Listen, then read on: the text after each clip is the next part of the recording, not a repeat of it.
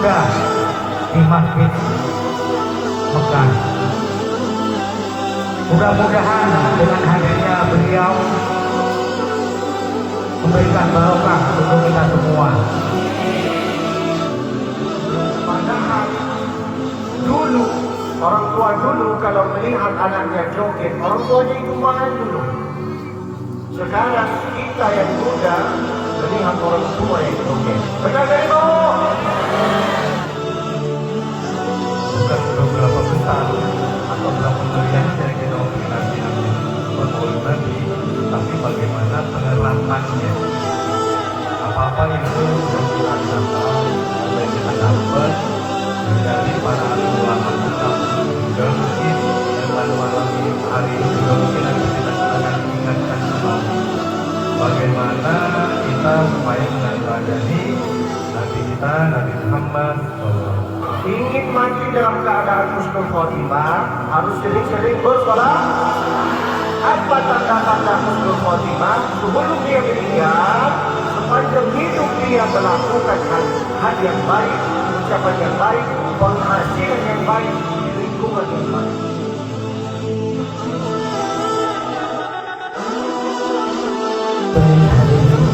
Jemaah yang berbahagia, sebelum acara malam hari ini tidak bisa izinkan saya ataupun perkenankan saya menghidati pada malam hari ini untuk bisa memandu proses acara pada malam hari ini.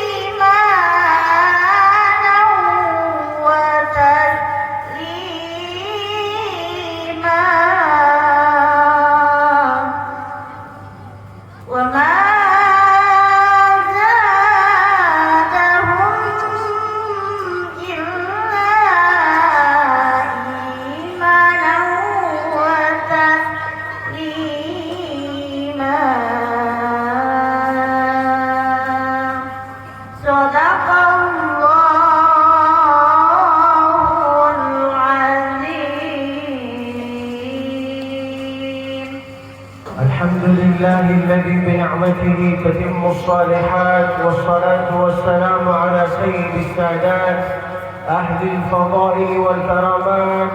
Salam bermula dengan Bismillah, dilanjutkan dengan Alhamdulillah. Salawat dan salam kepada Rasulullah, maka nikmat Allah semua sempurnalah sudah. Bersyukur kepada Allah Subhanahu wa taala dengan ucapan Alhamdulillahirabbil. Bersalawat kepada Nabi sallallahu alaihi wasallam dengan ucapan Allahumma salli ala sayyidina wa ala ali sayyidina kama sallaita ala ali sayyidina Muhammad lagi.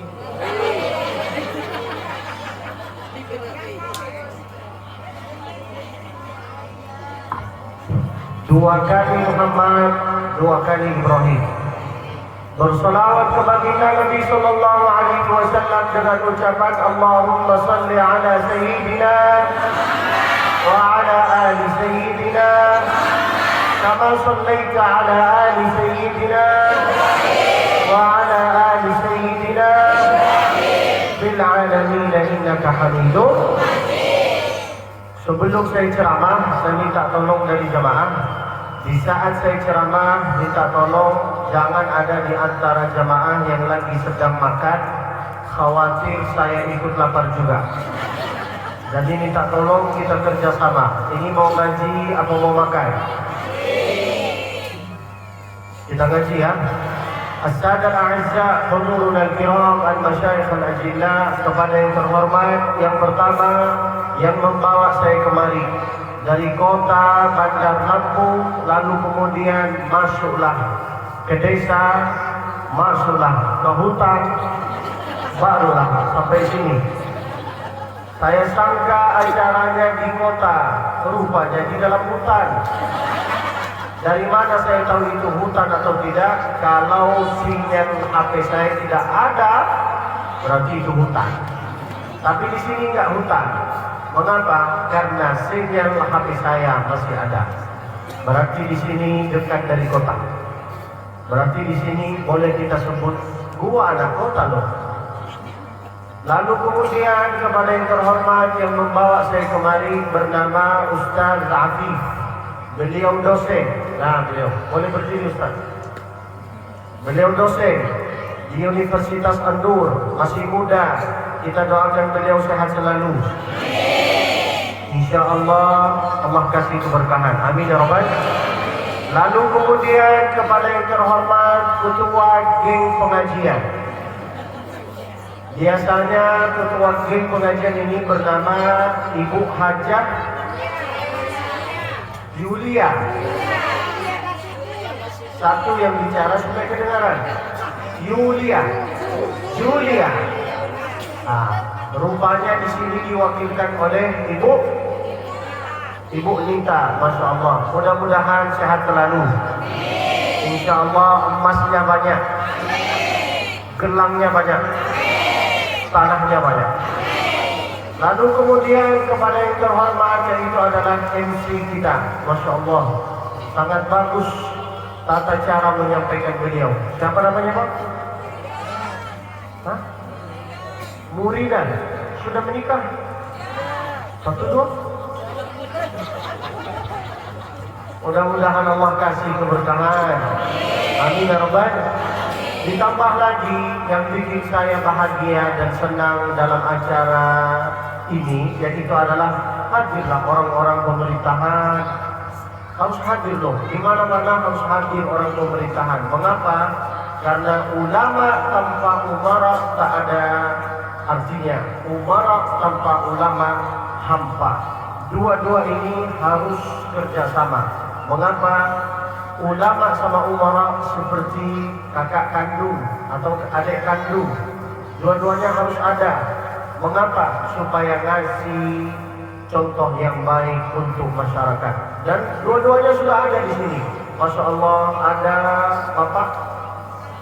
Bapak Camat. Siapa namanya Pak? Bapak Eko. Nah, Ibu tadi sudah mendengar ceramah beliau. Itu ceramah loh. Serius, di hati saya. Jangan-jangan beliau ceramah sampai terakhir ini. Tapi apa kata beliau? Apa yang pernah kita dengarkan, tolong diamalkan. Itu ceramah secara halus itu. Secara halus. Nanti saya yang insya Allah akan sampaikan secara teliti. Kita doakan beliau, Bapak Camat Riko sama Bapak Kades, Bapak Sutikno, mudah-mudahan dua-duanya insya Allah sehat selalu, panjang umurnya, banyak amalnya, banyak bininya.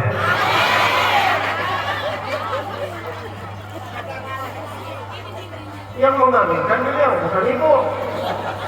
Terserah beliau, mau, nggak mau terserah. Benar kan Pak? Katanya iya. Berarti mau beliau. Ada istrinya di sini? Oh bahaya juga ya. Pura-pura nggak dengar aja ibu. Lalu kemudian kepada yang terhormat, yaitu adalah para ulama, para asatidz, para bapak, para ibu. Yang besar tak himbau gelar, yang kecil tak disebut nama.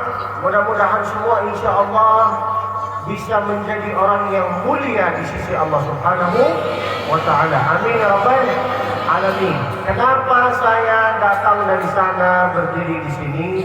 Karena jamaah sudah menghargai saya. Jauh-jauh datang dari rumah masing-masing datang ke sini. Automatically nggak mungkin saya duduk di sana saya enak-enaknya. Maka mestilah saya berdiri di sini supaya nenek-nenek bisa melihat orang ganteng. Benar kan Ibu? Menyenangkan hati jemaah. Lalu kemudian kita langsung mulai. Insya Allah ceramah saya itu tak panjang, hanya sekitar beberapa menit saja. Minta tolong apa yang saya sampaikan, tolonglah amalkan. Mengapa saya menyampaikan kayak gini? Supaya pahalanya mengalir ke saya. Itulah yang saya mau sebenarnya.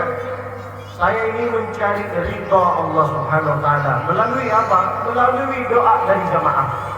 Saya bisa sampai sini bukan karena sini saya hebat. Enggak, pasti ada di antara jamaah yang mendoakan saya. Apa doanya? Ya Allah, selamatkanlah Ustaz Abdul Basit kita ya Allah. Selamatkanlah untuk acara ini. Lepas itu nggak tahu lah ya Allah. La ilaha illallah. Upin-ipin yang ada di belakang, oi, jangan banyak cakap. Diam. Abang mau bicara. Diam. Kita mulai. Bismillahirrahmanirrahim. Ini suara orang yang banyak hutang. Allah. Naiklah Pak, suaranya macam kayak gini. Allah. Kayak menghayati itu. Bisa kan? Enggak bisa menghayati, pura-pura. Ayo. Bismillahirrahmanirrahim.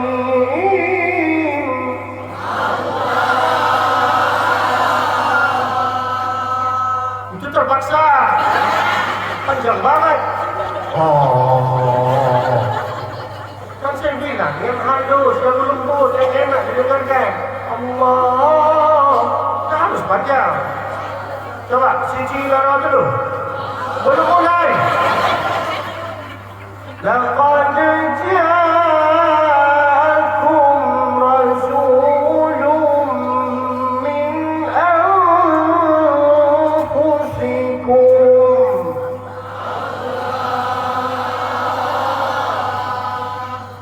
Azizun 'alaihi ma 'anittum.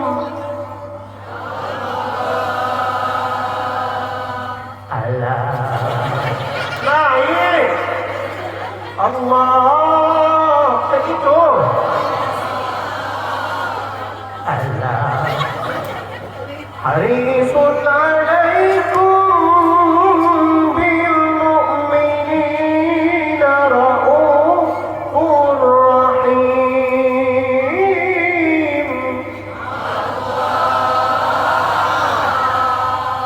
Coba kalau ibu menantunya sama seperti saya, ibu mau? Saya nggak mau. Saya mau jual mahal, barang bagus dari Makkah. bercanda. Apa artinya laqad ja'akum rasulun min anfusikum azizun 'alaihi ma 'anittum? Allah sudah putuskan salah satu orang yang bisa menjadi sebagai nabi, lalu beliau bisa ngasih contoh kepada kita. Apa pelajaran dari ayat ini? Bahwa orang tua kalau ingin mendidik anaknya jangan disuruh-suruh. Anak itu jangan disuruh sholat, jangan disuruh ngaji. Enggak, kasih contoh. Nanti saya jelaskan semua. Yang pertama yang mau dijelaskan oleh saya 3. Yang pertama, apa fungsinya sholawat. Yang kedua, fungsinya sholat. Yang ketiga, fungsinya Al-Quran. Yang pertama apa? Apa fungsi sholawat? Yang pertama apa fungsinya? Yang kedua apa fungsinya? Yang ketiga apa fungsinya? Semua itu ada fungsinya. Yang pertama apa fungsinya sholawat? Bapak Ibu, kalau memang benar kita ini ngaku umatnya Nabi Muhammad, harus sering-sering bersolawat. Nabi Muhammad, beliau menyampaikan macam kayak gini, wallahi inni la a'rifu hajaran di Makkah. Saya ini kalau datang ke Makkah, ada salah satu batu yang aku kenal sama dia. Itu kata Nabi loh. Dari mana Nabi dia kenal sama batu itu? Karena batu tersebut ketika melihat Nabi melewat dari situ, dia itu selalu balas salamannya Nabi. Itu artinya apa? Wallahi inni la a'rifu hajaran di Makkah kana yaruddu alayya salam. Dia itu selalu nyebut nama aku. Maka Bapak Ibu, fungsi sholat ini apa? Supaya Nabi mengenalkan kita. Nanti pada hari kiamat, semua orang sibuk dengan amalannya masing-masing. Benar kan? Di situ siapa yang menjemput kita? Siapa yang menjemput kita? Ya tergantung kita ini suka dengan siapa, cinta dengan siapa. Ada salah satu sahabat Nabi Pak, dia datang berjumpa dengan Nabi, lalu dia berkata kepada Nabi, ya Rasulullah, bolehkah saya memeluk engkau? Apa kata Nabi? Boleh-boleh saja, tapi kenapa mau memeluk saya? Apa kata orang itu? Saya ini khawatir enggak bisa jumpa nanti dengan Nabi. Saya ini khawatir enggak bisa memeluk Nabi nanti. Apa kata Nabi SAW? Al-mar'u ma'a man ahab. Orang akan berkumpul dengan orang-orang yang dia cintai. Kalau jamaah cinta dengan Nabi, pelajari sifat Nabi, lakukan apa yang disampaikan oleh Nabi. Itulah pelajarannya. Jadi kalau memang kita ini cinta dengan Nabi, paling minim harus hafal keluarganya Nabi, harus hafal keturunan Nabi itu siapa aja. Itu paling minim. Kata Nabi, nanti engkau akan berkumpul dengan orang yang kau cintai. Katanya cinta sama Nabi, tapi tak hafal lagu tentang Nabi. Macam mana itu? Apalagi sekarang, banyak orang yang ngaku cinta dengan Nabi, tapi dia lebih banyak hafal lagu tentang Nabi, lebih banyak dia hafal lagu tentang India daripada lagu tentang Nabi. Banyak. Hamko hami se chura lo, dil mein hari gelo halo.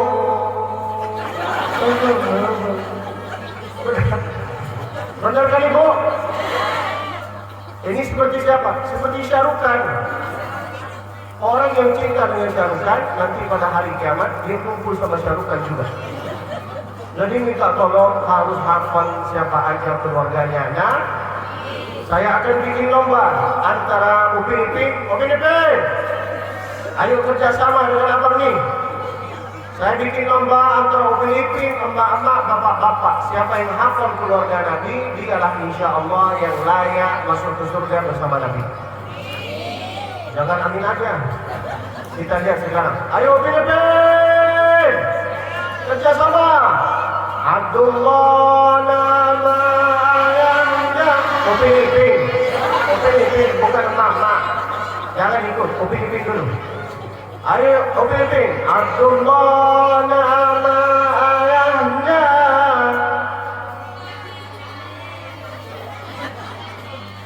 Mana Upin Ipin di sini? Dari tadi kalian mau bersuara. tahu. Mana suara kalian? Ayo. Abdullah nama ayahnya Aminah. Abdul Muttalib, Abu Talib. Terus. Gak asik anak-anak. Setelah diam. Kalau kamu bicara, sumpah aku ketuk kepala kamu. Dari tadi dia aja nggak mau. Diam. Sekarang emak-emak. Sebelum emak-emak, bapak-bapak dulu. Saya mau lihat orang tua ini hafal atau tidak. Karena banyak orang tua yang selalu berkata, anak saya ini anak durhaka Ustaz. Kita lihat siapa yang durhaka di antara kita. Suka nuduh anak saya, kan? Kita lihat sekarang. Ayo bapak-bapak, tolong jangan memalukan saya, karena saya juga bapak-bapak. Abdullah nama ayahnya.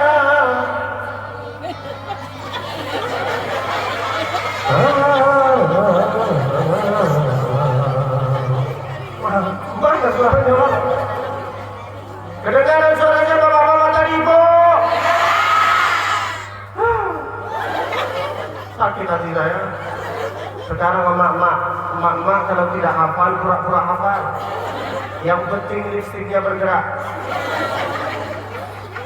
Ayo Ibu. Abdullah nama ayahnya.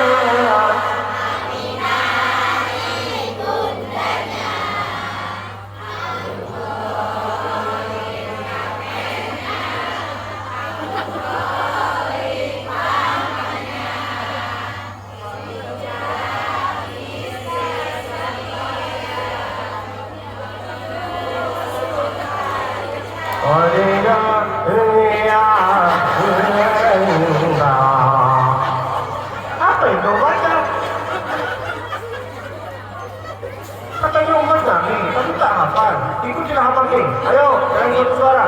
Abdullah nama ayahnya Aminah.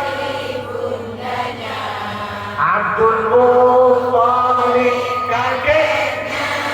Abu Talib Khadijah istri setia Fatimah putri tercinta. Masya Allah, yang masuk surga di sini saya, emak-emak, Upin Ipin. Bapak-bapak nggak masuk, nggak hafal. Coba pas mau masuk surga, kita ajak di Indomaret. Di dunia ini, kalau ingin ngurus KTP, STNK, kartu keluarga, kalau tidak ada kenalan dengan orang dalam, susah. Benar kan? Apalagi nanti di akhirat. Kalau tak ada kenalan dalam, gimana mau masuk? Pas mau masuk ke surga, kata malaikat, iki apa ini? Apa ini? Mau kemana kau? Mau masuk ke surga dengan Nabi Muhammad. Siapa keluarganya? Enggak layak sama sekali. Nah, sekarang anak-anak Nabi. Ayo Upin-Ipin, kerjasama. Anak-anak Nabi ada 7 orang.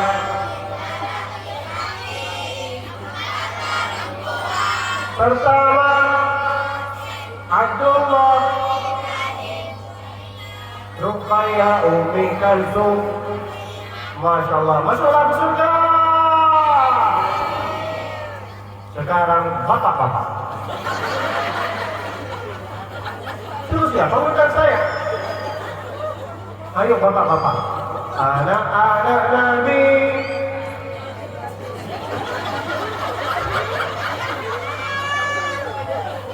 Kedengaran suaranya? Sekarang mama. Ayo mama. Anak-anak Nabi.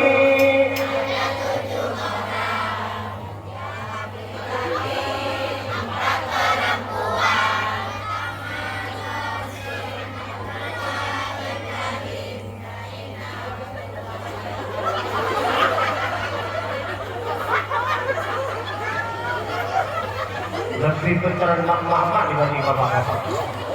Mereka kalau nggak hafal, asal bergerak mulut. Kalau bapak-bapak, pura-pura khusyuk dia di depan saya. Astaga. Padahal nggak hafal. Itu tadi kata beliau. Tadi kata Pak Camat, kalau nggak meladani pelajaran Nabi, buat apa? Jadi minta tolong, saya nggak mau asal ceramah saja. Saya pengen jamaah ini paling minim harus hafal keluarga Nabi dan siapa aja keturunan Nabi. Itu yang pertama. Lalu kemudian apa fungsinya sholawat sebenarnya? Yaitu adalah 6. Berapa? Yang pertama, itu jelas saya. Allahumma sholli sholatan kamilatan wa sallim. Oh, bentar. Nanti ada kotak surfa sedekah akan lewat dari sini, dari depan. Minta tolong sambil berselawat, sambil bersedekah supaya Allah kasih keberkahan kehidupan kita. Amin ya rabbal alamin. Ayo dalam satu suara. Allahumma sholli sholatan kamilatan wa sallim salaman ala sayyidina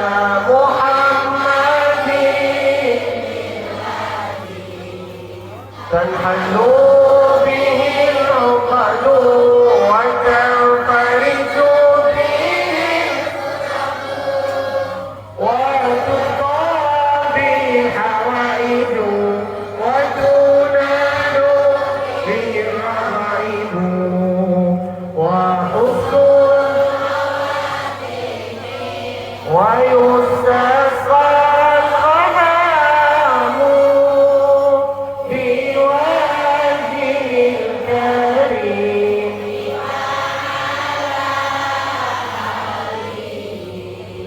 وصحبه في كل لمحة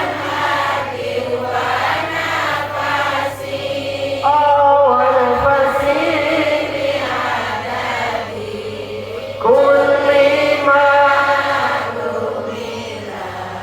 اللهم صل صلاة كاملة وسلم سلاما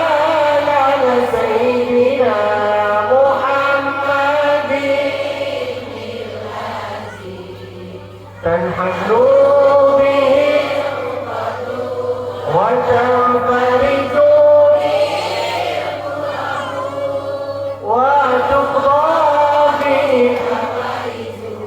وتنال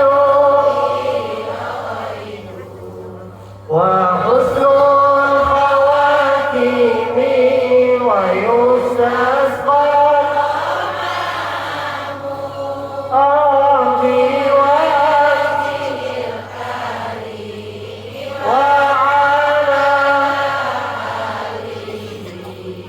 وصحبه في كل لمحة ونفس ونفس بعدد كل ما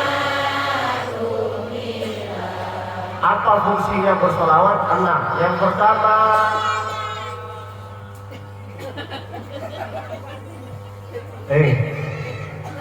diam.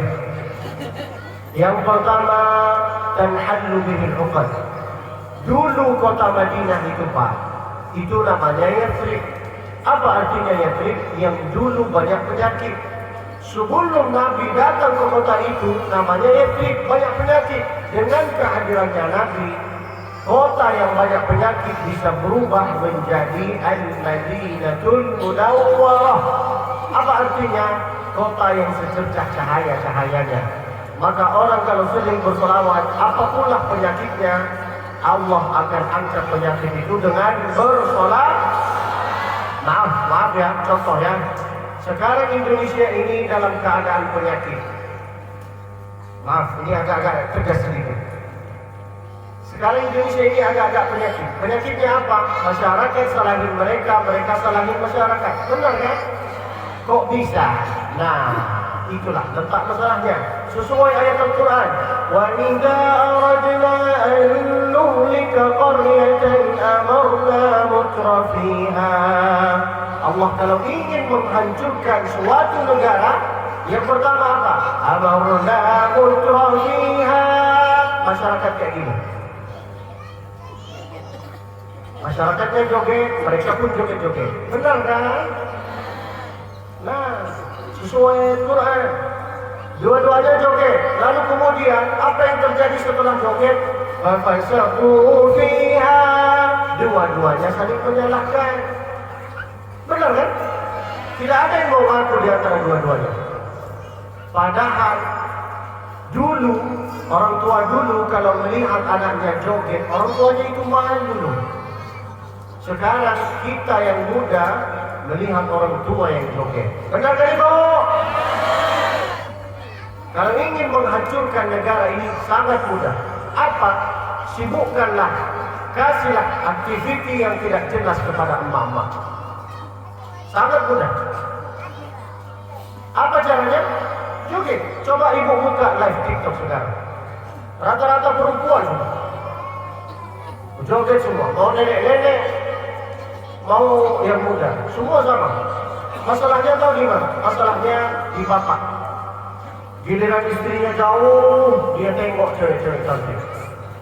Giliran istrinya dekat, subhanalladzi biyadihi malakutu kulli syai'in wa ilaihi turja'un. Seharusnya orang tuanya negur, nak, jangan joget-joget nak, malulah nak. Benar kan Ibu? Tolonglah. Tadi kan saya sudah lucu-lucu, sekarang harus agak tegas sedikit. Tolonglah, jangan menghancurkan negara ini dengan kelakuan kita. Saling joget, saling menyalahkan, lalu apa yang terjadi pada mardaha tajmira. Fungsi solawat yang pertama, Allah bisa angkat penyakit. Dengan sering bersolawat, Allah bisa angkat penyakit. Yang pertama, tanhallu bihil uqad. Yang kedua, wa tanfariju bihil kurab. Ibu yang punya masalah. Tadi saya ceramah zuhur. Di mana itu Pak? Di Bakau. Tiba-tiba datanglah emak-emak berkata kayak gini, Ustaz, tolonglah doakanlah saya anaknya Ustaz. Kenapa anak saya? Anak saya ini keras kepala, ucapannya keras, tak mau lembut hati. Lalu dia maaf ya, lalu dia mabuk, lalu ini. Siapapun yang punya masalah rumah tangga, masalah anak, masalah kantor, masalah bisnis, toko, tetangga, apapunlah masalahnya, sering-sering bersolat. Orang yang sering bersolawat nanti insya Allah hatinya lembut, kata-katanya lembut. Benar kan Ibu? Serius, lihatlah orang tua zaman dulu. Mengapa orang tua zaman dulu itu hatinya tenang, kehidupannya berkah, istrinya 2, anaknya 13. Kenapa? Karena orang tua zaman dulu jarinya dari atas ke bawah. Subhanallah, subhanallah, subhanallah. Alhamdulillah, alhamdulillah, alhamdulillah. Jari orang tua zaman dulu dari atas ke bawah. Kalau kita dari bawah ke atas. Main HP terus. HP terus. Datang ke acara, HP. Di rumah, HP. Di WC, HP. Benar kan? Terus kapan ada waktu untuk ngaji? Kapan ada waktu untuk mendengar? Tak ada. HP terus. Nanti insya Allah masuk ke kuburan dengan HP-nya. Baru tahu kan? Yang akan menemani kita dalam kuburan yaitu adalah HP pula. Tapi benar juga Ibu. Aman, itulah HP. Tapi nyata itu. Apa ulang lagi Ibu? Yang akan menemani kita dalam kuburan? Tadi katanya HP. Sekarang aman. Tolonglah. Jangan joget-joget. Bapak-bapak, kalau hari Jumat, tolonglah sampaikan ke anak-anak itu, ke anak-anak muda, jangan main HP di saat khotib lagi menyampaikan khutbah Jumat. Kenapa? Siapa yang main HP di saat khotib menyampaikan khutbah Jumat, Jumatnya batal. Bukan kata saya, kata Nabi. Nabi lagi menyampaikan khutbah Jumat. Di situ ada anak-anak main batu. Kata Nabi apa? Man la'ibal aswa faqad lagha. Siapa yang main batu maka batallah Jumatnya.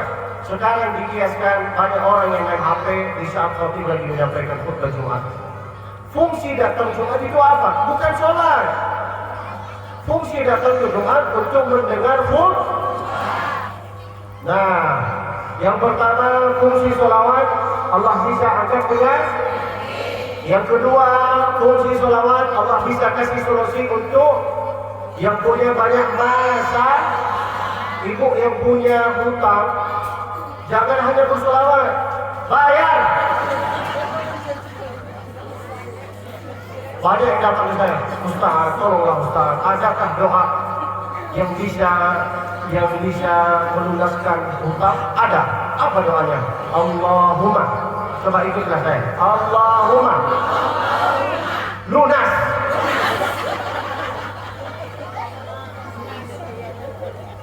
Itulah doanya. Allahumma dulu baru dilunaskan. Ini la ilaha illallah, enggak mau bayar hutang. Orang yang enggak mau bayar hutang, kalau dia mati enggak mau bayar hutang, tenang aja, nanti jadi ayam bakar. Wallahi. Sekarang ketawa, ambillah hutang-hutang dari sana sini, tipu-tipu orang, ambillah. Satu hari di kuburan seperti 500 tahun. Jangan kebiasaan hutang, tak bagus. Mau kaya, kerja. Jangan minta-minta. Apalagi di Indonesia ini, luar biasa.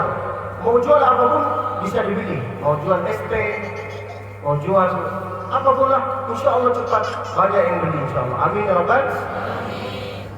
Maaf ya, tadi agak-agak saya tegas sedikit. Yang pertama tanhalu bil 'uqad, yang kedua wa tanfariju bil kurab, yang ketiga wa tuqda bil hawaij. Bapak Ibu, kalau punya anak lalu ingin mempunyai anak-anak yang soleh, jangan suruh anak sholat, Pak. Jangan suruh anak ngaji, Pak. Ngaji dong. Sholat dong. Sedangkan orang tuanya main HP, tak bisa. Kaiso. Ayah saya, pas mendidik saya, kalau azan berkumandang, hayya 'alas shalah.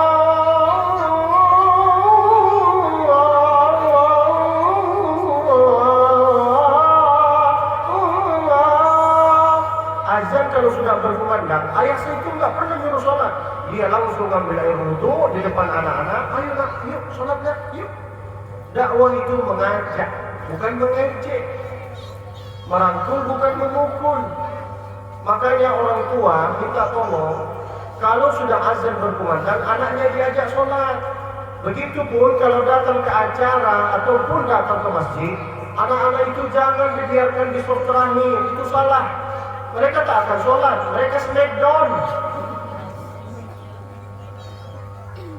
Kalau datang ke masjid, anaknya diajak suruh sholat di samping bapak, supaya bapak tahu bahwa anaknya ini bandel, dan supaya anaknya tahu bagaimana akhirnya berdoa setelah selesai sholat.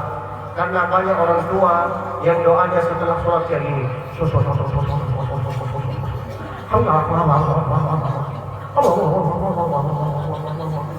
kata anak, ini bocor ini, baca apa ini?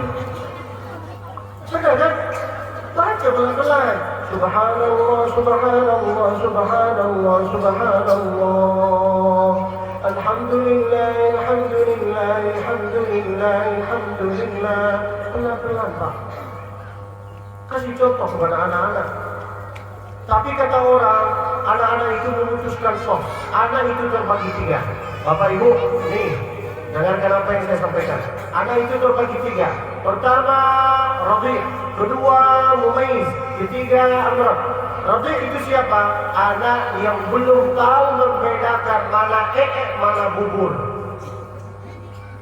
Itu memutuskan soft.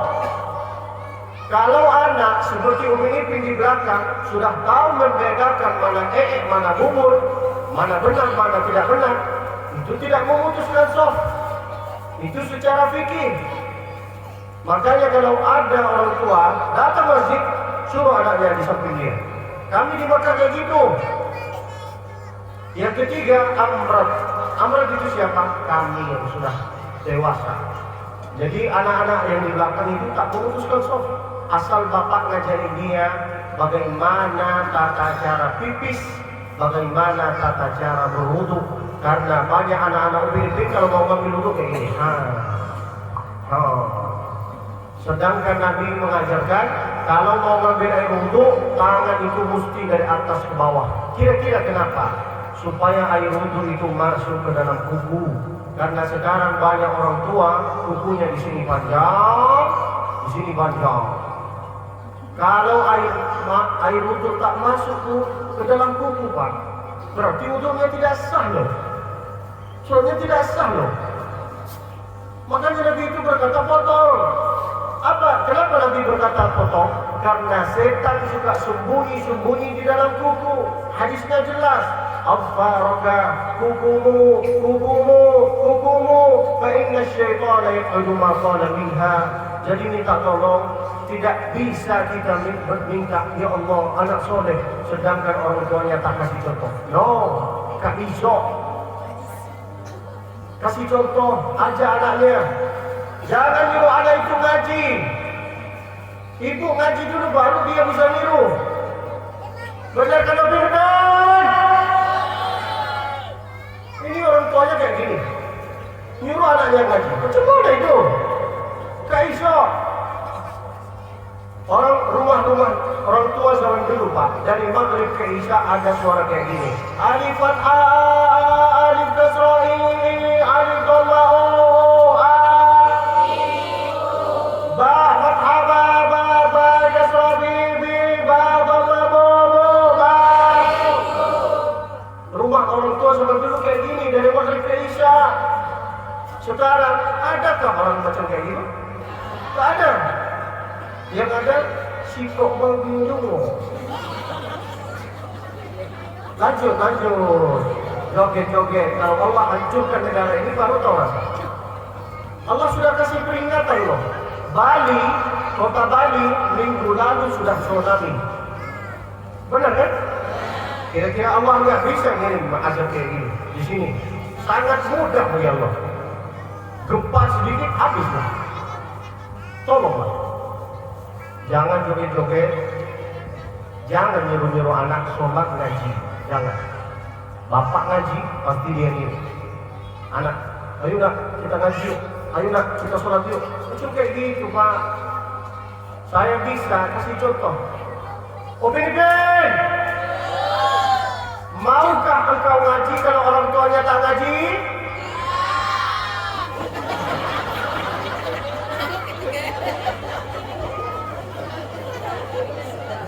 Sudah dengar, Pak? Maaf ya, jangan tersinggung ya. Orang tua zaman sekarang itu hanya rokok terus. Itu contoh tak baik loh. Seharusnya bapak itu ngaji dengan anak. Coba sekarang saya tanya. Oke, kalau orang tuanya ngaji, engkau mau ngaji?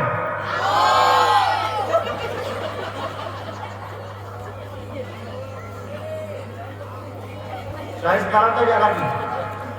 Nenek, Oke, kalau ibunya engkau joget-joget, apakah engkau bahagia? Itu tak betul kepada kau ini. Joget-joget tak ada sama lu sama saya, tak ada. Joget kayak ini. Sudah nenek-nenek pula. Sudah dengar? Ulang lagi. Supaya mereka dengar. Sudah ada rasa malu. Oke, yang keras. Supaya mereka tersinggung.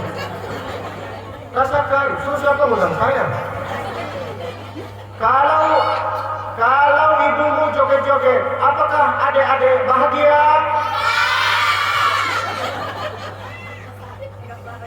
Sekarang ketawa. Wallahi, mereka tak akan mendoakan engkau. Ibu meninggal, dia datang ke ibu. Ketawa sekarang, ketawa. belum tahu.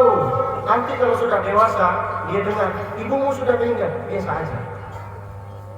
Tak terasa sekarang. Tapi kapan terasa? Kalau sudah mereka dewasa. Saya tanya lagi, yang terakhir. Kalau ibumu ngaji, walaupun dia bukan ustazah, apakah adik mau ngaji?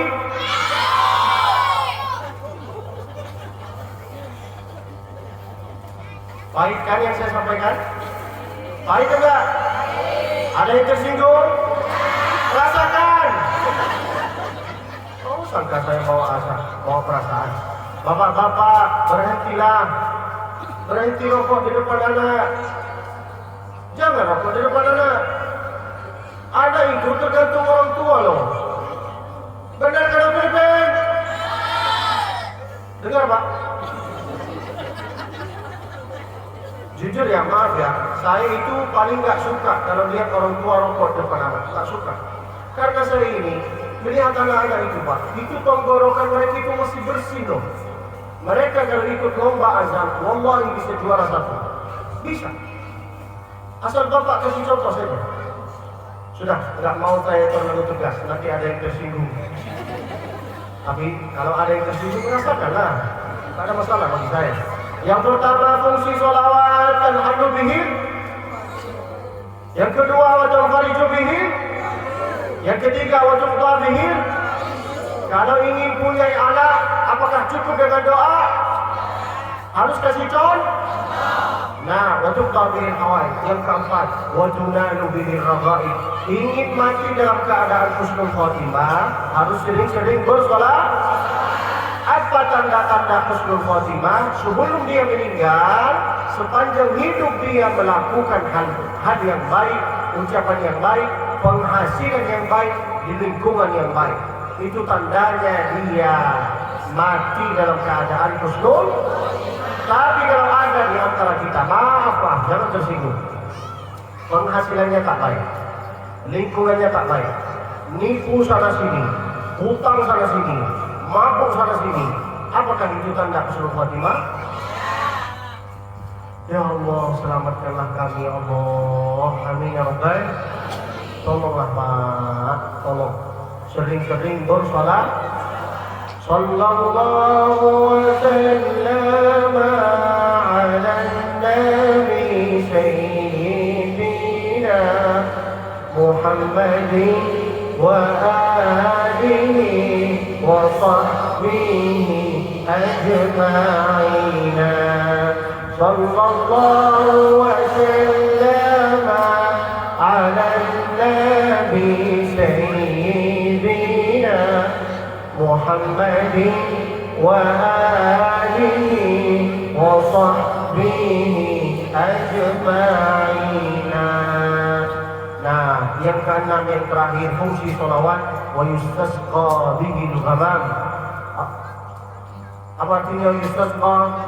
Awan itu bisa melindungi Nabi Sallallahu Alaihi Wasallam, tapi itu bisa diartikan dengan apa? Bahwa syafaatnya Nabi ini untuk siapa, Pak? Untuk kita yang memang banyak dosa. Kita ini banyak dosa loh, Pak. Benar kan, Pak? Kalau dosanya laki-laki apa? Lewat mata. Makanya ibu-ibu lihatlah, laki-laki itu dosanya rata-rata di matanya. Asal lewat perempuan langsung ngelirik. Benar kan, Pak? Karena memang dosanya laki-laki di matanya. Makanya lihat ibu, laki-laki itu kalau menangis dia nutup mata. Nutup mata dia. Beda dengan perempuan. Perempuan lewat dosanya di mana? Di mulutnya. Tapi mulutnya dua.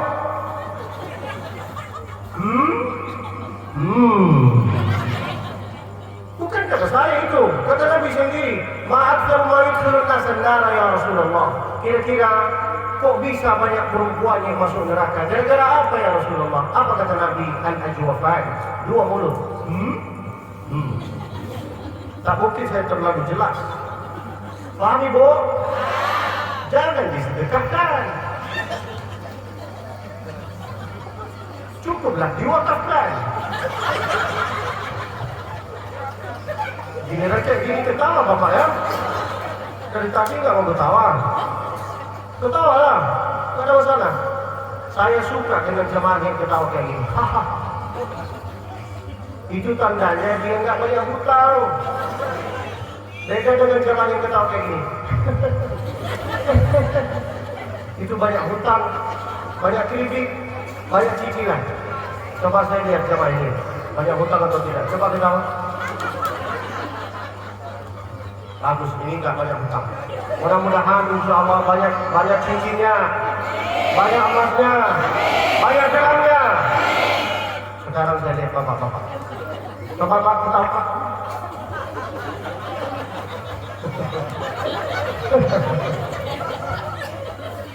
Bercandalah pak. Dosanya laki-laki di mana? Dosanya perempuan di mana? Makanya perempuan kalau nangis dia tutup mulut. Dia. Benar kan Pak? Perempuan itu kalau lidahnya tidak disibuki dengan sholawat akan sibuk dengan menilai orang. Itu beli kulkas. Dia yang beli kulkas. Tetangga yang beli kulkas, kita yang kedinginan. Terserah saya. Oh kedinginan kau kepanasan. Benar kan Ibu? Ada juga yang berkata, anak. Orang yang suka menilai orang, itu tandanya dikhawatirkan mati dalam keadaan su'ul khotimah. Agak-agak kering ini.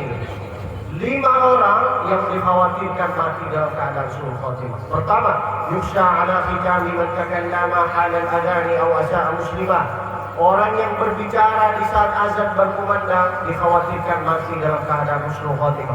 Hayya 'alas shalah. Nanti gimana caranya? Nanti makan apa? Jangan banyak cakap kalau azan berkumandang. Yang kedua, awasa muslimah, suka meremehkan orang, menilai orang, caci maki orang. Itu dikhawatirkan mati dalam keadaan husnul khotimah loh. Yang ketiga, awaqqa aslan, orang yang durhaka kepada orang tuanya. Orang tua itu siapa Pak? Orang tua kita itu terbagi 3. Siapa aja? Yang mendidik engkau. Yang kedua, yang ngajari engkau. Yang ketiga, mertua engkau. Itu 3 orang tua loh. Makanya kalau ingin sukses, hormatilah 3 ini. Orang tua, mertua, guru. Ini banyak orang tua dia berbakti, tapi kurang ajar sama mertuanya. Banyak kan Ibu? Ditambah lagi yang viral di Indonesia, guru-guru dijelekkan. Gimana mau sukses kita? Kak Isra.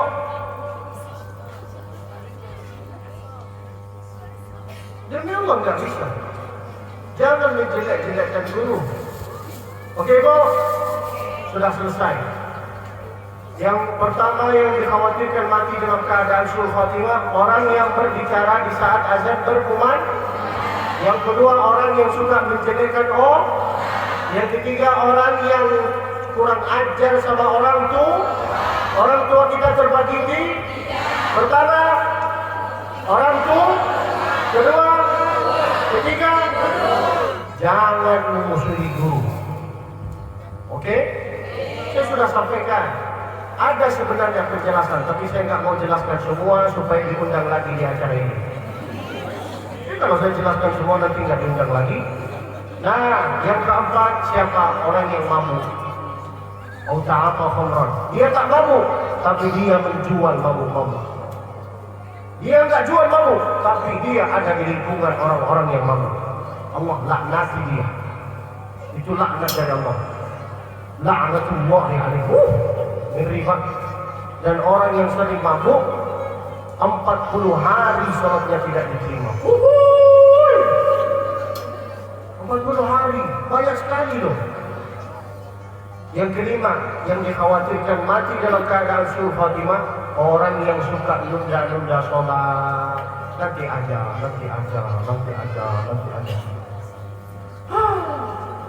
Jauhkanlah 5 ini Pak. Jauhkanlah 5 ini Bu. Jangan banyak cakap. Jangan menilai orang. Jangan mabuk, jangan kurang ajar sama orang tua guru. Yang kelima, jangan nunda-nunda sholat. Sekarang,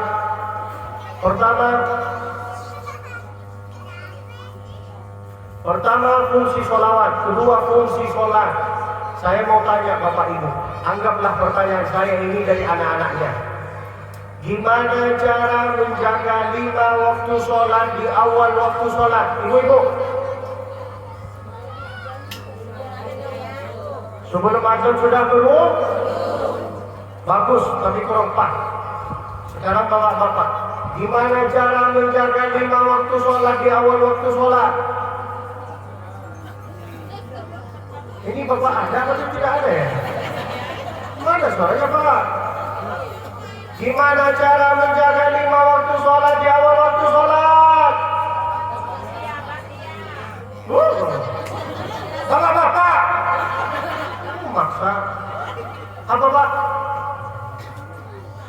Ambil wudhu. Semua jawabannya ini bagus tapi kurang pas.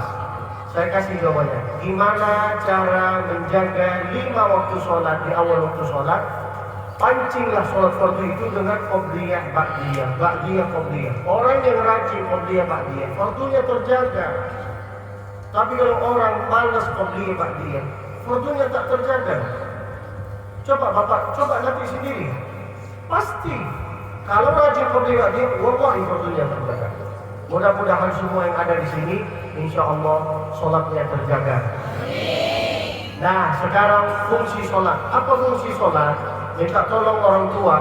Kalau sudah punya anak, jangan dikasih pemahaman kepada anak bahwa sholat itu hukumnya wajib, haram neraka. Itu enggak. Bukan kayak gini loh. Fungsi sholat itu apa Pak? Supaya menggugurkan dosa-dosa kita. Makanya Nabi kalau ruku itu lama. Allahu Akbar. Makin lama ruku kita, makin tetes menetes dosa-dosa kita Pak.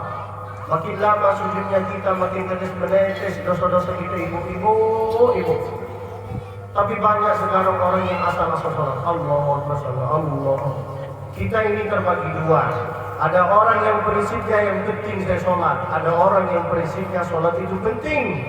Apa perbedaan dua-dua ini? Yang pertama, Allahu Akbar, Allahu Akbar. Sholat macam kayak gini tidak diterima sholatnya oleh Allah. Bukan kata saya, kata Nabi. Nabi lagi duduk di masjid. Datanglah orang sholat. Allahu Akbar, Allahu Akbar. Kata Nabi apa? Irja', ulangilah sholatmu. Fa'innaka lam tusolli. Sholatmu yang tadi tidak ternilai sebagai sholat. Makanya wahai orang tua, kalau mau sholat jangan main-main. Ini main-main loh. Allahu Akbar. Alhamdulillah. Ini main, bukan sholat itu. Nabi kalau sholat, Nabi itu kalau sholat Pak, Ibu, Nabi baca ayat demi ayat loh. Alhamdulillahi Rabbil Alamin. Disitulah kita berdialog dengan Allah. Hamidani abdi, dia bersyukur kepada aku. Ar-Rahmanir Rahim, dia memuji aku. Maliki Yaumiddin, dia minta pertolongan kepada aku. Tolonglah, sholatlah yang benar. Dan minta tolong Bapak Ibu, jangan suka mendahului imam. Ini banyak orang yang suka mendahului imam. Siapa yang suka mendahului imam, nanti pada hari kiamat mukanya bisa menjadi muka keledai. Kata Nabi itu, makanya jangan mengambilkan sebelum imam. Contoh, ghairil maghdubi alaihim waladdallin.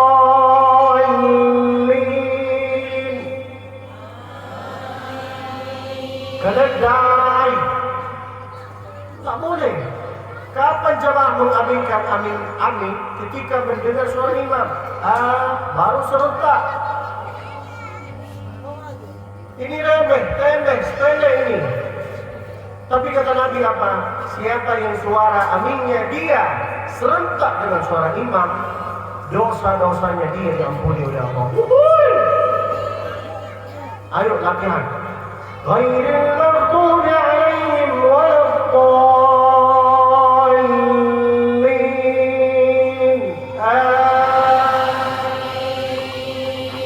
Nah, baru bagus. Yang kedua, jangan menyamakan suara takbir dengan gerakan. Itu salah. Nabi kalau sholat, at-takbiratu indal qiyam. Kapan Nabi baca takbir? Kalau sudah gerak. Nabi kalau sholat kayak gini. Allahu Akbar. Sami Allahu liman hamidah. Mau sujud, turunlah dulu. Mengapa? Supaya makmum tak mendahului imam. Kita kalau sholat, Allah, makmum mendahului imam. Benar kan? Kalau makmum mendahului imam, itu salah imam apa makmum? Salah imam. Tolonglah kalau sholat, turunlah dulu, baru baca takbir. Lalu kemudian kalau mau berzikir pelan-pelan Pak, pelan-pelan. Subhanallah, subhanallah, subhanallah, subhanallah. Jangan cepat-cepat. Zikir itu membawa ketenangan, bukan keburu-buru. Begitupun kalau jadi imam, khusus sholat subuh dengan isya Pak, ayatnya harus panjang. Nabi berkata sendiri, siapa yang suka meninggalkan dua sholat, sholat subuh sama sholat isya, tandanya dia orang munafik. Sekarang banyak anak-anak muda yang meninggalkan sholat subuh dengan isya. Kenapa? Apakah salahnya anak muda? Enggak, salahnya bapak. Wallah saya ngaku salahnya bapak, bukan salah kita. Subuh-subuh itu orang baru bangun tidur. Kalau bisa subuh itu ayatnya panjang. Banyak yang baru beres Ghairil maghdubi alaihim waladdallin. Amin. Inna a'tainakal kautsar. Bapak mau dapat? Mau dapat? Enggak mau. Makanya minta tolong subuh harus panjang. Wasyamsi wa duhaha wal qamari idza talaha. Banyak orang yang mau sholat subuh loh. Banyak, apalagi isya. Isya itu banyak orang yang baru datang dari luar, capek lah dia. Capek Pak. Beres kerja dari sawah. Benar kan Pak? Kalau bacaannya agak panjang, orang datang loh, walaupun dari jauh. Tapi kalau bacanya Qul huwallahu ahad, nantilah sholatnya. Jadi minta tolong, subuh dengan isya harus panjang. Apa fungsinya sholat? Menggugurkan dosa. Nah, apa fungsinya untuk bisa membersihkan kita dari kotoran? Tapi bukan kotoran, dari dosa-dosa juga. Kata Nabi sendiri, "Lau anna nahran bi babi ahadikum." Andai ada sungai di depan rumah orang tua, di depan rumah jamaah masing-masing, lalu kemudian fayaktasilu fihi, kita di situ mandi dalam sehari 5 kali. Kalau bapak ibu mandi dalam sehari 5 kali, apakah tidak akan bersih dari kotoran? Bersih. Itu tandanya apa? Bukan kotoran. Engkau akan bersih dari dosa-dosa. Kasih pemahaman ke anak kayak gitu, bahwa sholat itu bukan cuma hanya wajib, haram neraka. Enggak. Fungsi sholat itu nanti insya Allah dosa-dosa kita digugurkan oleh Allah melalui apa? Melalui sholat. Pelan-pelan kasih pemahaman kepada anak-anak. Lalu kemudian kepada yang terhormat emak-emak, tolonglah. Upin-ipin ini otaknya mereka itu kosong. Tidak ada banyak pikiran mau beli ini, mau ini. Maka mereka itu mudah sekali untuk menangkap, mudah sekali untuk menghafal apapun. Kalau tidak dikasih pendengaran Quran, akan dia hafal lagu-lagu TikTok. Tak percaya? Saya kasih contoh. Obeng-obeng! Ayo, Karpasona!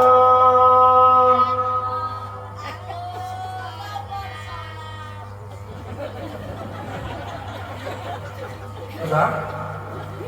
Mau dijelaskan dengan apa cara lagi?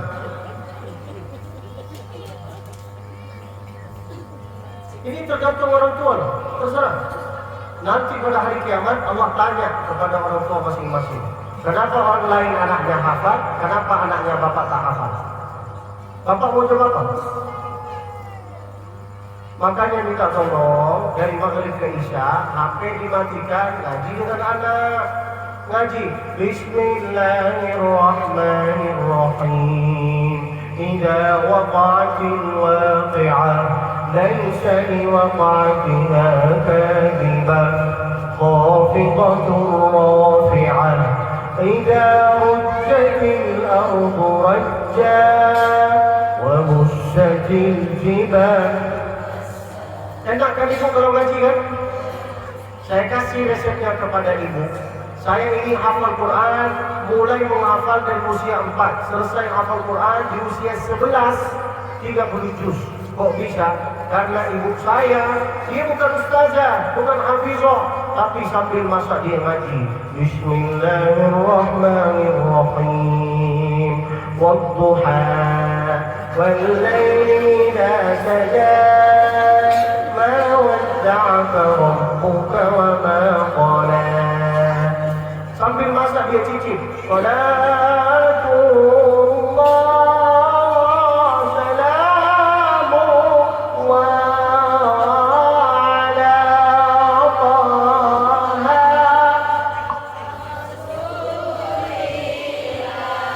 Itu orang tua zaman dulu. Orang tua zaman sekarang bola-balik. Lagu-lagu Bina yang lagi viral sekarang. Saya nggak hafal. Saya yang hafal ini. Awas nanti jatuh cinta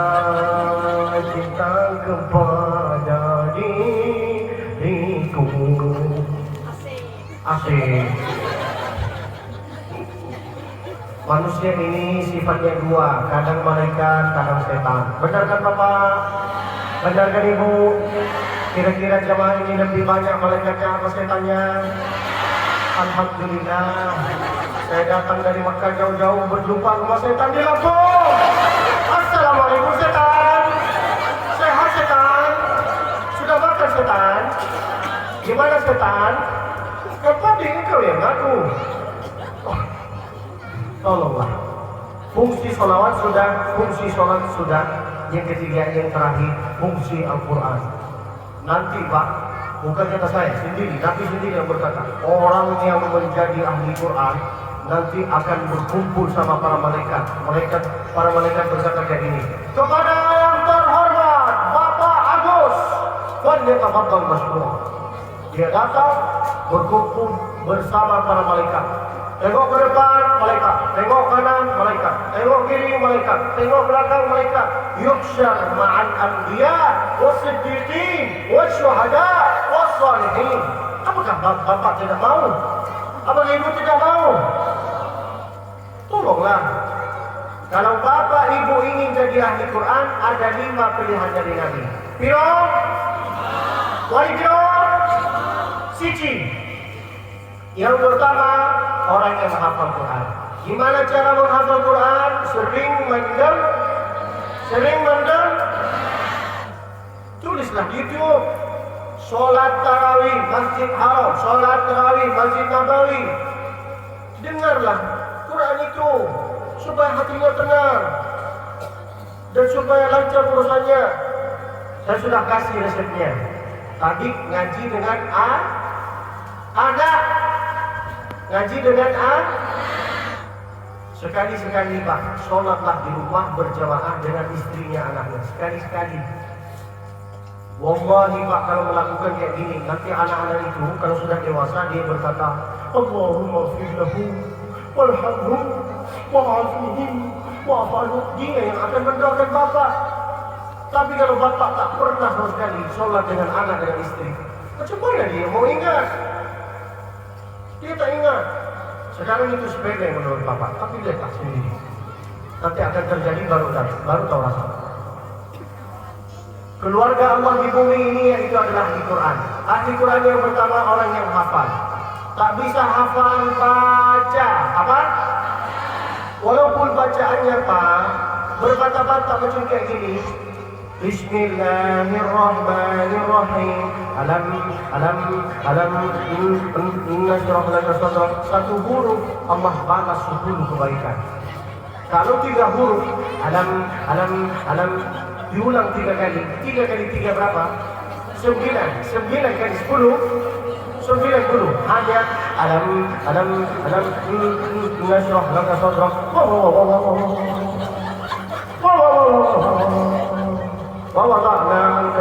Satu huruf diulang sama bapak 12 kali. 120. Banyak sekali.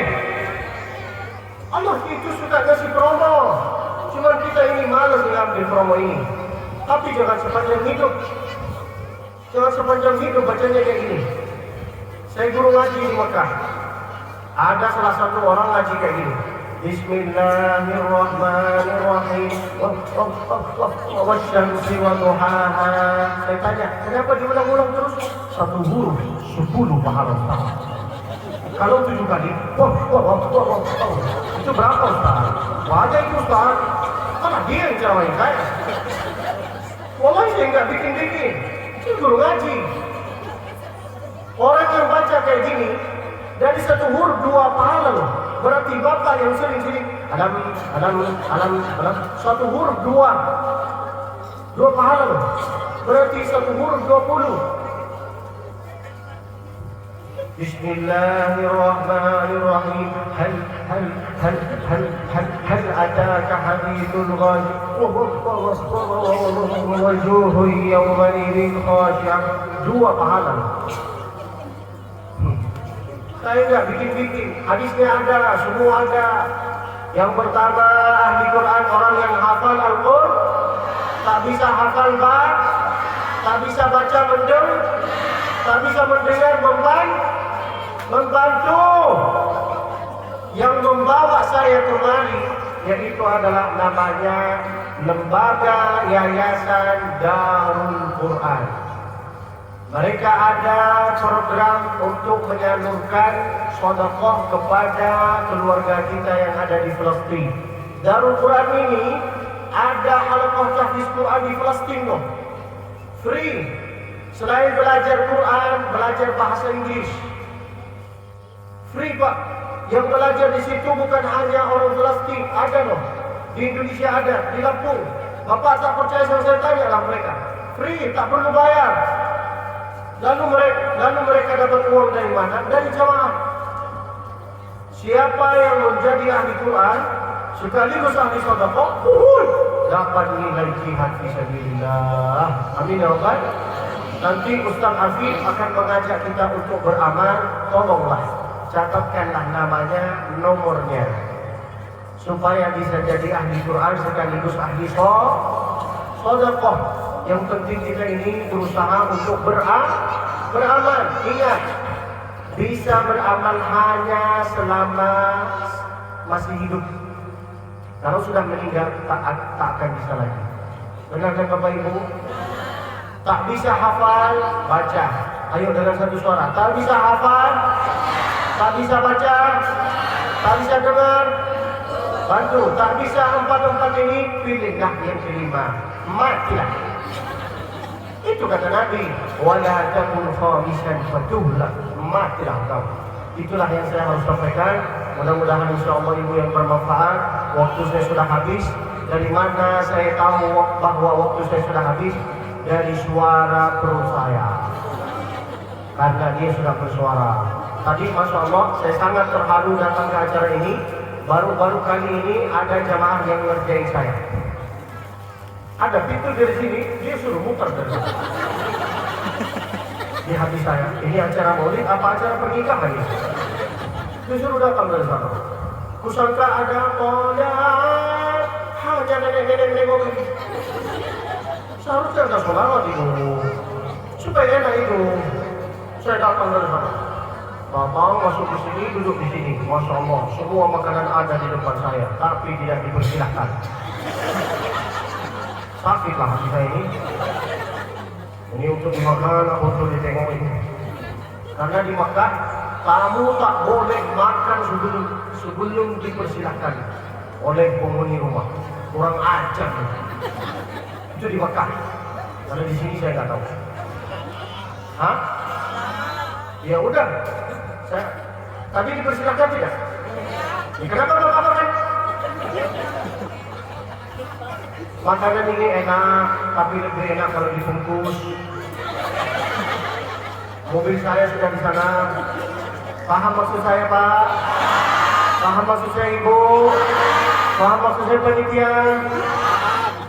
Perjalanan saya ini jauh. Besok saya isi pengajian, lepas itu langsung saya terbang. Jadi minta tolong, kemungkinan besar kami mungkin tak mungkin makan di sini. Jadi minta tolong kalau ada makanan, ada makanan, ada kan? Ada kan? Silakan Ustaz. Nanti Ustaz Afif mengajak kita untuk beramal. Tolonglah catatlah nama-namanya. Saya berharap, wallahi harapan saya ingin melihat semua ini jadi ahli Quran. Itu harapan saya. Maukah Pak? Mau nggak Ibu?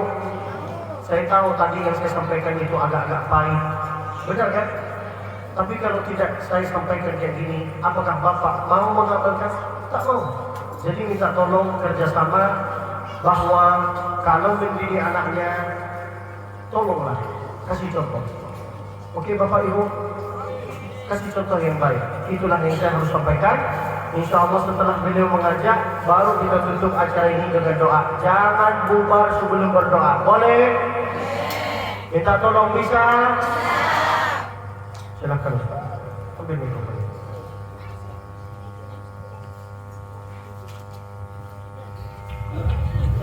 Wah, itu apa ini?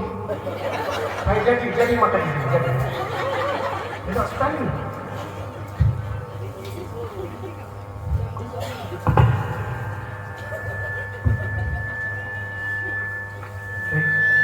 Sebelum ditutup, izinkanlah kami memberikan beberapa informasi kepada para jamaah. Yang pertama, alhamdulillah infak yang keliling tadi untuk membantu safari dakwah Ustaz atau Syekh Abdul Basit Musfi terkumpul 1.525.000. Alhamdulillah. Semoga Bapak Ibu yang ada di sini mendapatkan berkahnya seperti dakwah keliling di Provinsi Lampung. Amin ya rabbal alamin. Dan yang kedua, sebelum ditutup, izinkanlah kami memberikan kesempatan satu kali lagi, yakni untuk mensukseskan program membantu saudara-saudara kita yang ada di Palestina. Saudara-saudara kita yang terkena musibah dari tahun 2023 hingga sekarang, tepatnya di Oktober 2023 hingga sekarang, dan kita akan mengajak kepada bapak-bapak, ibu-ibu untuk membantunya. Bantuannya berupa obat-obatan, sembako, uang tunai, kemudian air bersih, ada bantuan untuk yatim, ada bantuan makan untuk buka puasa, dan makanan siap saji. Penyaluran sudah kami lakukan di Oktober 2023 hingga sekarang. Ada fotonya, ada videonya lengkap, dan ada teman dari Syekh Basit bernama almarhum Syekh Isa. Tetapi ketika beliau sedang menyalurkan di tahun 2024, di jam 3 pagi beliau meninggal dunia. Satu keluarga, ada 4 orang anak, yang anak 4 baru lahir, dibom oleh Israel. Itu temannya Syekh Basit, namanya almarhum Syekh Isa. Beliau pernah mengajar di Tangerang, tetapi dia memilih kembali di Tanah Suci Palestina. Sekarang dibantu oleh para relawan dan relawan dari PPPA dan Ukraina.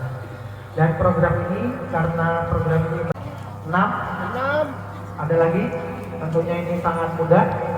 7, ada lagi, silakan. Ya, 8, silakan.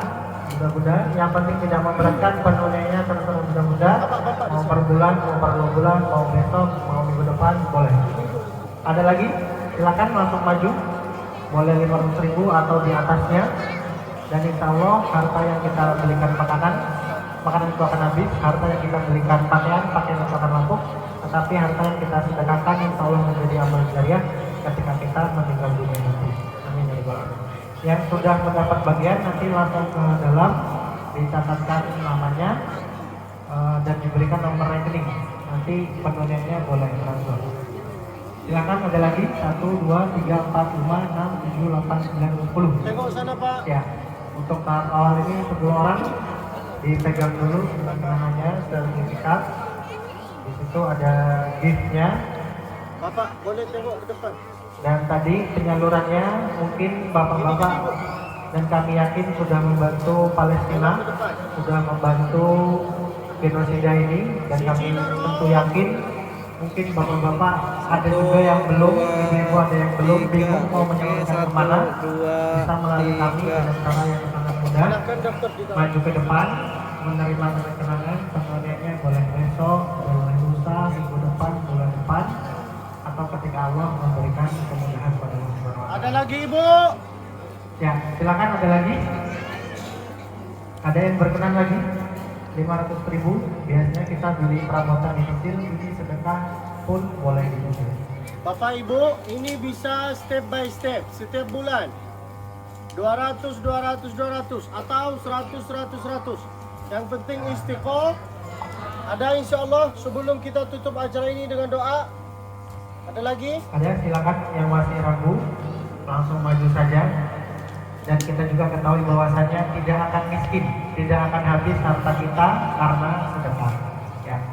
Dan ini bukan gaya-gayaan, karena sahabat Umar bin Khattab dan sahabat Abu Bakar As-Siddiq pernah bersedekah di hadapan para sahabat. Jadi ini boleh, bukan gaya-gayaan. Dan insya Allah Allah permudah ketika ingin penundanya. Ada lagi silakan. Lebih dari 10 dan sebagainya. Boleh Ibu langsung maju saja mungkin. 11, Biar cepat. 12. Maju menerima kenang-kenangan. Ada bapak ibu-ibu yang di belakang yang masih ragu, kuatkan niat. Insya Allah Allah permudah dan tidak akan berkurang harta kita. Dan tentunya ketika kita membantu saudara kita yang terkena bencana atau saudara kita yang susah, insya Allah Allah permudah segala hajat kita. Amin ya rabbal alamin. Masih Ibu yang di belakang? Ya, silakan. 12, 13. Masih mungkin ada beberapa menit lagi sebelum ditutup dengan doa. Langsung maju saja Ibu, Bapak, silakan. Ada bapak-bapak. Ini memang sedekahnya terang-terangan, mungkin jarang ya Bapak Ibu. Berkomitmen di depan hadapan orang banyak itu nggak mudah dan nggak biasa. Memang ini penggalangan dana yang terang-terangan. Ya, silakan. Ada lagi? Mungkin di atas 500.000 boleh juga. Ada, silakan. Boleh di foto dulu. Ada lagi, silakan. Sama ibunya. Ini Pak. Bapak, ya.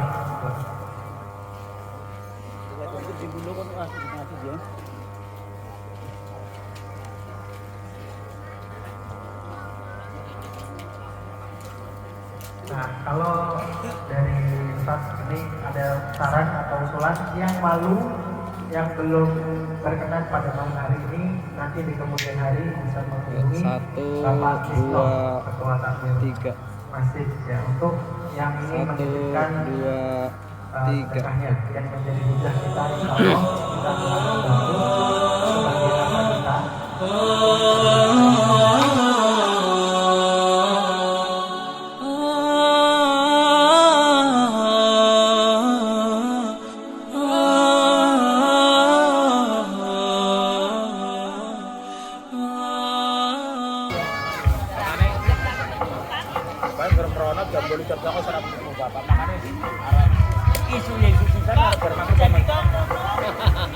Woi, romantis banget.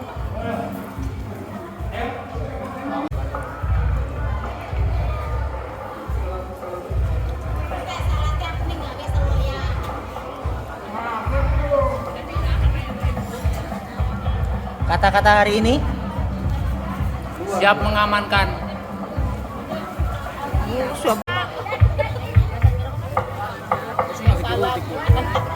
Guys, habis 2 piring guys, nih guys, aku habis 2 piring. Ayo dulu lah, pakai salad.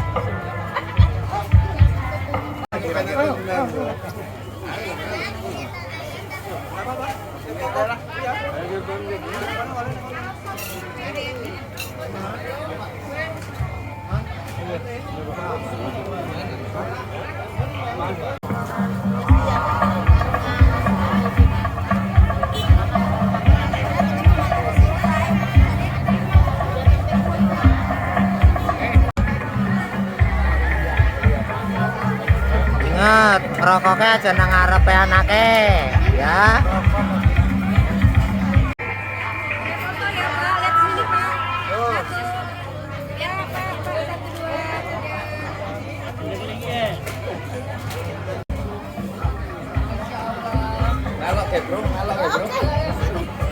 Acaranya luar biasa, kasih aku buat Pak Riyadi, semangatnya luar biasa, berkah berlimpah bertambah rezekinya. Amin.